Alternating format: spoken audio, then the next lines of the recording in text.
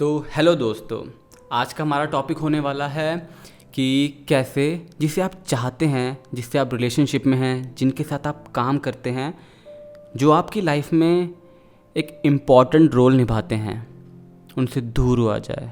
अगर दिमाग में ये क्वेश्चन आया है मतलब बात बहुत ज़्यादा बढ़ चुकी है।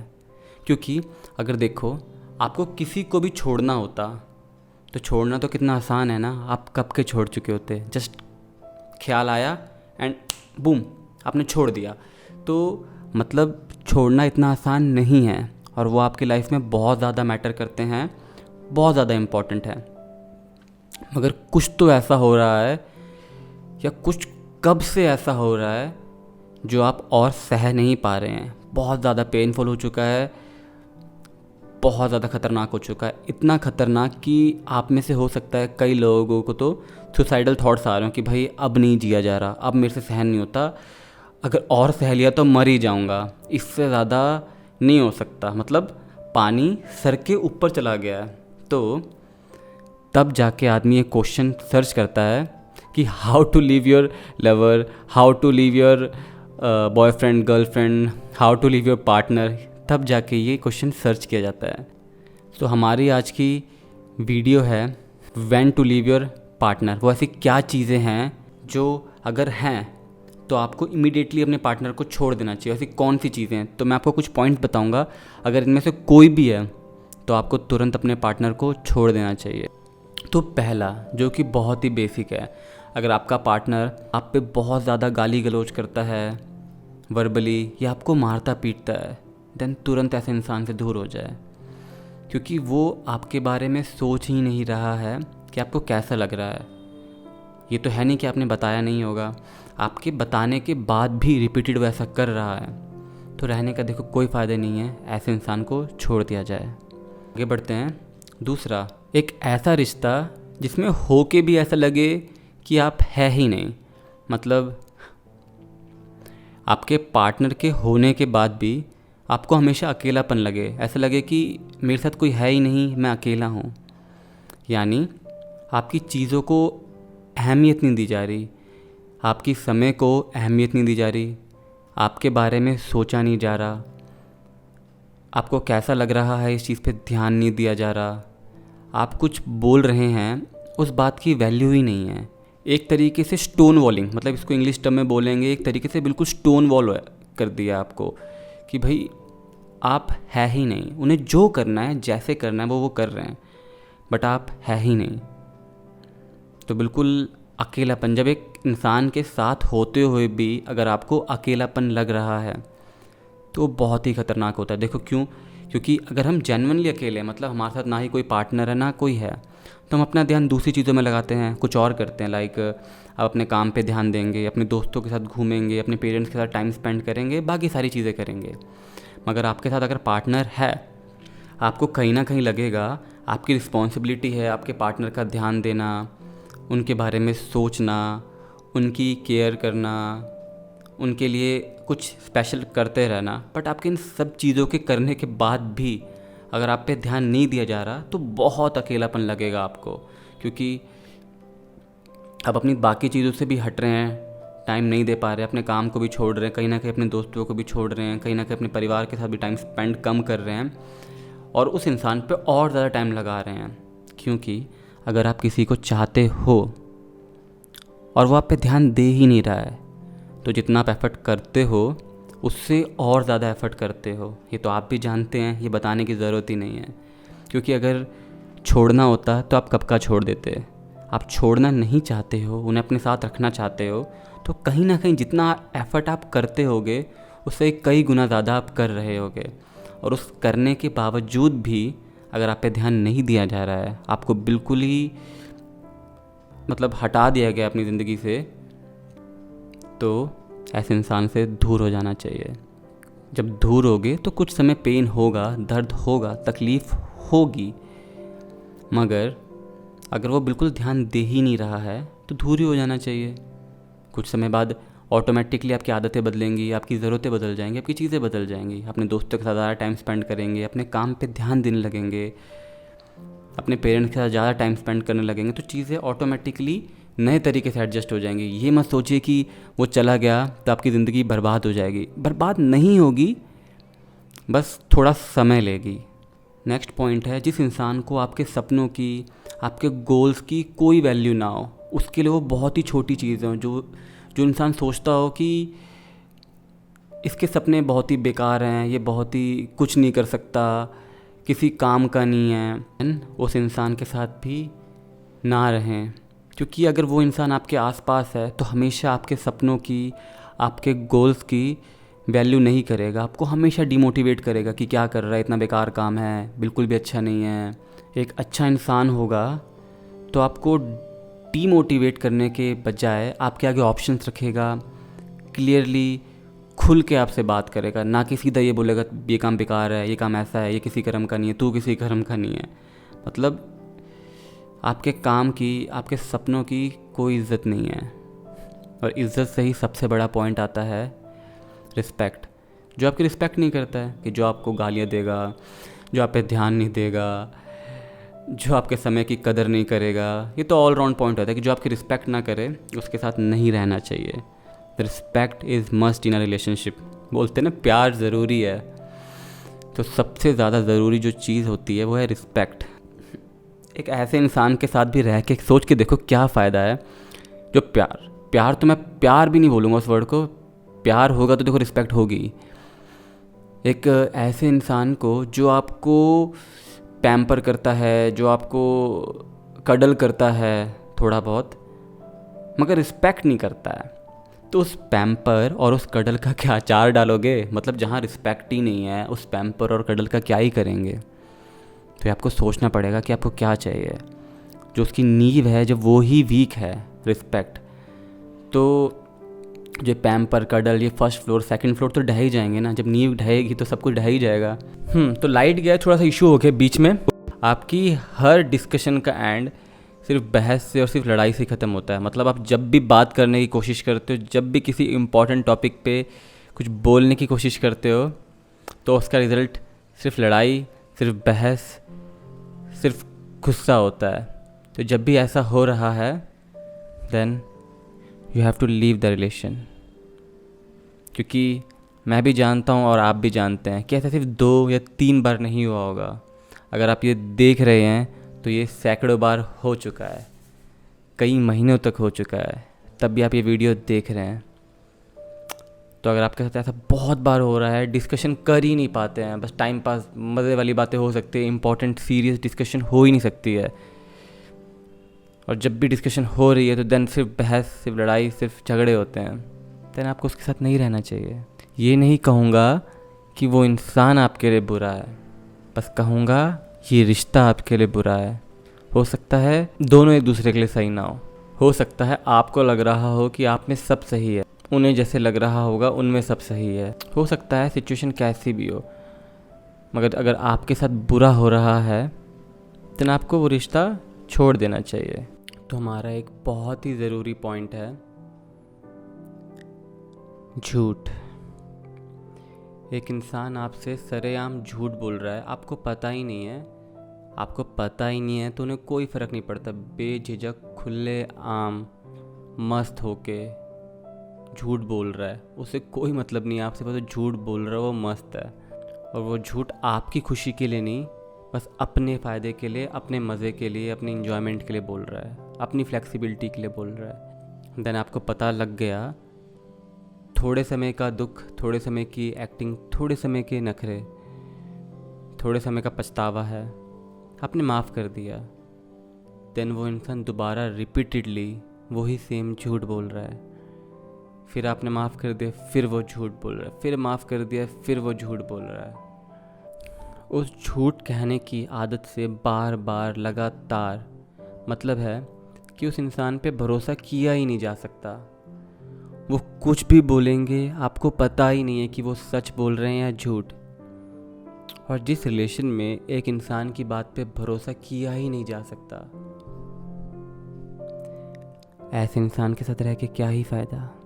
सामने वाला इंसान तो ऐसा होना चाहिए ना, जिसकी बातों पे आँख बंद करके पूरी तरह से भरोसा किया जा सके। अगर सामने वाले में ये क्वालिटी है ही नहीं, देन साथ होके भी क्या फ़ायदा। और सिचुएशंस इतनी ख़तरनाक हो जाती है, इतनी ज़्यादा ख़तरनाक हो जाती है, मैंने देखा है और सुना है। एक सिचुएशन देता हूँ, सामने वाले ने आपसे कुछ कहा, आपने बात मान ली, उन्होंने गलती करी, आपके दिल को दुख पहुँचाया, देन आपने कहा ऐसा क्यों कर रहा है, ऐसा क्यों कर रही है, और इसका जवाब मैं बता आपको क्या मिला, मेरा दिमाग मत ख़राब कर। उल्टा आपको ही डांट दिया गया, गलती भी सामने वाले की, डांट भी आपको ही पड़े। आप बोलेंगे ये कौन सा असूल है दुनिया का। तो भाई अगर आप सुनेंगे तो ऐसा ही होगा। एक बहुत प्यारा सा एग्जांपल देता हूँ। एक रिलेशनशिप है जहाँ पे दोनों ने डेट सेट करी है कि वो रेस्टोरेंट में मिलेंगे। मान लो शाम को 6 बजे मिलेंगे। एक पर्सन बहुत बिज़ी है, हद बिज़ी है। उस बिज़ी समय में से उसने टाइम निकाल के वो टाइम पे पहुँच गया 6 बजे। और जो सामने वाला पार्टनर था, मान लीजिए एक लड़की है, उसको आना था 6 बजे, वो 2 घंटे लेट है। बताइए किसको डांटना चाहिए और किसको डांट पड़नी चाहिए। जिसने 2 घंटे इंतज़ार किया है उसको डांटना चाहिए ना, सामने वाले को। बट आप वो महान हस्ती हैं जो 2 घंटे वेट करने के बाद भी डांट सुन रहा है या सुन रही हैं। तो आप खुद समझदार हैं, आपको पता होना चाहिए ऐसी सिचुएशन में क्या करना है। Leave that person. कोई तो आपको ऐसा मिलेगा जो आपसे झूठ नहीं बोलेगा, जिस पे आप भरोसा कर सकते हैं, जो आपके समय की वैल्यू करेगा। एक एडवाइस दूंगा आपको, रिलेशन की एक नींव होती है, जितनी स्ट्रॉन्ग उस रिलेशन की नींव होगी उतना पावरफुल, उतना स्ट्रॉन्ग वो रिलेशन होगा। तो एक बहुत ही स्ट्रॉन्ग रिलेशनशिप की नींव पता है क्या है? बस ये 3 शब्द हैं, और वो 3 शब्द हैं ट्रूथ, ट्रस्ट, रिस्पेक्ट। सच, भरोसा और सम्मान। जहाँ पे तीनों हैं, मतलब उसका बेस बहुत स्ट्रॉन्ग है, देन बाकी चीज़ें एडजस्ट हो सकती हैं, संभाली जा सकती हैं। जब ये तीनों ही नहीं हैं या इनमें से कोई भी नहीं है, कोई एक भी नहीं है, देन उसकी नींव ही ख़राब है उस रिश्ते की। और जब एक रिश्ते की नींव ही ख़राब है, देन कभी ना कभी तो घर गिरेगा ही गिरेगा। नेक्स्ट पॉइंट है, जो इंसान आपके कुछ करने की, उनके लिए कुछ करने की वैल्यू ना करे। मान लीजिए आप उनके लिए चॉकलेट लाए हैं, आप उनके लिए कुछ बना के लाए हैं, आपने उनके लिए कुछ प्रेजेंट सरप्राइज़ तैयार किए हैं। अपनी ज़िंदगी में से, अपनी बहुत ही कीमती ज़िंदगी में से आपने अपना समय निकाला है, या आपको ही पता होगा, ये सबको पता होता है कि मेरी ज़िंदगी में समय की कितनी वैल्यू है। तो अगर आपकी ज़िंदगी में आप बहुत ही मेहनत कर रहे हैं, बहुत ही स्ट्रगल कर रहे हैं, उसमें से भी आपने समय निकाल के सामने वाले के लिए कुछ किया है, एंड देन वो उसकी कदर नहीं कर रहा, उसकी रिस्पेक्ट नहीं कर रहा है। एक तो होता है ना कि यूँ ही कुछ भी कर दिया, वो नहीं। एक होता है कि आपने कुछ ऐसा किया जो अपनी ज़िंदगी में से काट के उसे दिया हो, अपनी ज़िंदगी में से बहुत ही स्ट्रगलिंग फेस में से आपने समय निकाल के उनके लिए कुछ किया है। पैसे ना होने के बावजूद भी आपने पैसे जमा करके जोड़ के लिए उनके लिए कुछ किया है। क्योंकि देखो, कई लोगों के पास बहुत पैसे होते हैं, तो थोड़े बहुत पैसे में कुछ दे देना इतना इम्पॉर्टेंट नहीं है, मतलब ये इतना मैटर नहीं करता है। जो इंसान वो ईज़िली कर सकता है वो इतना मैटर करता ही नहीं है। देखो, किसी इंसान के लिए ज़िंदगी में समय ज़्यादा इंपॉर्टेंट होता है, किसी इंसान के लिए ज़िंदगी में पैसे ज़्यादा इंपॉर्टेंट होते हैं, और वो जो उसकी लाइफ में सबसे ज़्यादा इंपॉर्टेंट है और वो उसके पास नहीं है, मतलब जिस फेज़ में उसके लिए समय इंपॉर्टेंट है और समय बच ही नहीं रहा उसके पास, वो आपको समय निकाल के दे रहा है और समय आपके लिए कुछ कर रहा है, और तब भी वो इंसान उस चीज़ की रिस्पेक्ट नहीं कर रहा है, ना उसको वैल्यू कर रहा है, ना उसको नरिश कर रहा है, ना उसकी तारीफ़ कर रहा है, ना कुछ नहीं कर रहा है। तो कहीं ना कहीं आपको ऐसा लगेगा ये मैं कर ही क्यों रहा हूँ, एंड देन आप बार बार करते रहेंगे, बट करने के बाद भी कुछ फ्रूटफुल नहीं होगा वहाँ से, बस दुख ही दुख होगा। तो अगर ऐसा भी कुछ है, देन उस इंसान को छोड़ दें, क्योंकि उससे नहीं फ़र्क पड़ता कि आपने अपनी ज़िंदगी में से क्या काट कर उसे दिया है। आपके पास पैसे ना होते हुए भी आपने उस पर पैसे खर्च किए हैं, मतलब 5 रुपये हैं बट आप 20 रुपये खर्च कर रहे हो। समय बचता ही नहीं, कामों में बिज़ी रहते हो सारा समय, सोते कम हो बट उसके लिए समय निकाल रहे हो, देन फिर भी उसे उसकी वैल्यू नहीं है, देन उसे छोड़ देना चाहिए यार। दुनिया में इतने सारे लोग हैं, कोई तो ऐसा होगा जो आपको समझेगा, जो आपके सपनों को समझेगा, जो आपकी समय की वैल्यू करेगा, जितना आप कमाते हैं उसकी वैल्यू करेगा, जितना आप काम करते हैं उसकी वैल्यू करेगा, आपके प्यार करने के तरीके की वैल्यू करेगा। आपको एक चीज़ नहीं समझेगा, आपको अपना पार्टनर समझेगा, अपना हिस्सा समझेगा। क्या कोई अपने हिस्से को, अपने हाथ को जानबूझ के काटेगा या उसे दर्द देगा? नहीं देगा ना। और अगर वो आपको अपना हिस्सा नहीं समझ रहा है और अगर वो आपको दर्द दे रहा है, देन वो इंसान आपको अपना हिस्सा समझ ही नहीं रहा है। क्या आप खुद सोचें कि आप अपने शरीर के हिस्से को क्या काट सकते हैं? नहीं काटेंगे ना, क्योंकि आपको पता है कितना पेन होगा। तो जब वो इंसान आपसे कनेक्टेड है ही नहीं, आपको अपना हिस्सा मान ही नहीं रहा है, तो किसी ऐसे इंसान से जुड़े जिससे जुड़ने के बाद ऐसा लगे कि आप एक हैं, एक ही, मतलब एक इंसान, दो मिलके एक बनते हैं। अगर एक अलग होगा तो दूसरे को बहुत पेन होगा और एक अलग होगा तो दूसरे को बहुत पेन होगा। कोई ऐसा इंसान ढूंढे, और ऐसा इंसान अगर ढूंढेंगे तो मिलेगा ज़रूर, बस जल्दबाजी ना करें। अच्छी चीज़ें समय लेती हैं। मैं आपको सीरियसली कहना चाहूँगा, सीरियसली अपने साथ कुछ भी गलत ना करें। ज़िंदगी बहुत खूबसूरत है, बस वहाँ उस जेल से फटाफट से निकल जाइए और पूरा संसार आपका वेट कर रहा है। एक लाइन थी, मैंने मतलब रिसेंटली इंस्टाग्राम पे एक वीडियो देखी थी, छोटी सी थी। मान लीजिए आपके सामने कोई सुपर नेचुरल पावर है और उसके हाथ में टेडी बियर है एक, ठीक है। वो टेडी बियर छोटा सा है, उस टेडी बियर का मतलब है पेन, दुख, सफरिंग, ब्रेकडाउन, दर्द, सारी बैड थिंग, जो भी बुरी चीज़ें हो सकती हैं, उस टेडी बियर का मतलब वो है। और सामने एक छोटी सी लड़की है जो बोल रही है मुझे ये टेडी बियर चाहिए, मुझे ये टेडी बियर चाहिए। सुपर नेचुरल पावर बोल रही है बेटा इस टेडी बियर को आप जाने दो, इससे बहुत ही बड़ा टेडी बियर आपका इंतज़ार कर रहा है, इसे जाने दो। मगर वो लड़की बोल रही है नहीं मुझे यही टेडी बियर चाहिए, मुझे यही टेडी बियर चाहिए। और उस सुपर नेचुरल पावर के पीछे ही बहुत ही बड़ा टेडी बियर है उसके लिए, बट वो इंसान उस टेडी बियर को छोड़ना ही नहीं चाह रहा है। तो आप खुद ही बताइए क्या कहीं से भी ये सही है? तो सेम यही सिचुएशन है आपके साथ भी। तो नीचे कमेंट आता है, जिस कमेंट ने मेरा ध्यान खींचा, कमेंट आता है कि भाई साहब, भैया, कि अगर कोई उस छोटे टेडी बियर को छोड़ना ही नहीं चाहता,